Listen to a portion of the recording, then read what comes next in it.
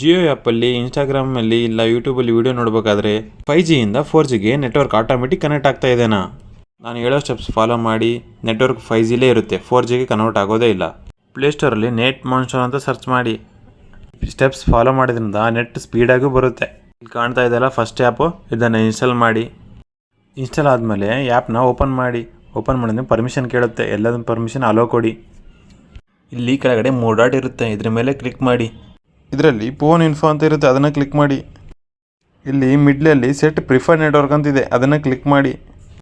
ಇದರಲ್ಲಿ NR only select ಮಾಡಬೇಕು. ಈಗ ನಿಮ್ಮ ನೆಟ್ವರ್ಕ್ 4Gಯಿಂದ 5Gಗೆ ಚೇಂಜ್ ಆಗಿರುತ್ತೆ, ಒಂದ್ಸರಿ ಚೆಕ್ ಮಾಡಿ. ಆ್ಯಪ್ನ ಮಿನಿಮೈಸ್ ಮಾಡಿ, ಜಿಯೋ ಆ್ಯಪ್ನ ಓಪನ್ ಮಾಡಿ, IPL ವಾಚ್ ಮಾಡಿ. 5G ನೆಟ್ವರ್ಕಲ್ಲೇ ಇರುತ್ತೆ, 4Gಗೆ ಕನ್ವರ್ಟ್ ಆಗೋದೇ ಇಲ್ಲ. ಈ ಆ್ಯಪ್ನ ಕ್ಲೋಸ್ ಮಾಡ್ಬೇಕಂದ್ರೆ 3 ಡಾಟ್ಸ್ ಮೇಲೆ ಕ್ಲಿಕ್ ಮಾಡಿ, ಫಿನಿಶ್ ಅಂತಿದೆಯಲ್ಲ ಇದನ್ನು ಕ್ಲಿಕ್ ಮಾಡಿ.